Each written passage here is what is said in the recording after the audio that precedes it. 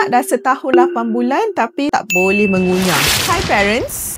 This one is really important. Anak dah setahun 8 bulan tapi still tak boleh chew. Orang Melayu kata tak boleh mengunyah. Kalau anak you macam ni, telan je tanpa mengunyah, selalu tersedak, nak makan puree saja atau blended food je. Parents, this is serious. Normally, by 12 bulan, kebanyakan baby dah boleh chew makanan lembut. By 18 bulan, dah boleh makan family food yang dipotong kecil-kecil. Kalau anak 20 bulan masih on puree and tersedak bila makan solid, ada beberapa kemungkinan. Satu, oral motor delay. Masa coordination untuk chew belum develop dengan baik. Dua, sensory issues. Food yang ada texture dia rasa uncomfortable, so dia reject that solid food. Tiga, kadang-kadang ada structural issues dalam mulut atau tekak. Apa yang you kena buat? Jangan tunggu. Satu, jumpa pediatrician untuk full assessment. Kita kena check kalau ada sebab medical. Dua, minta refer kepada therapist yang boleh assess oral motor skills dan buat plan yang sesuai. Tiga, sementara tu jangan paksa. Teruskan offer soft foods yang dia boleh kunyah sikit-sikit macam sayur kukus, buah yang dah masak, but no pressure. Parents, early intervention boleh beri impact yang besar. Ini bukan pasal picky eating. Ini skills anak yang kita perlu belajar dengan bantuan. Jangan delay ya. Dapatkan bantuan sekarang. Kita boleh work through this together.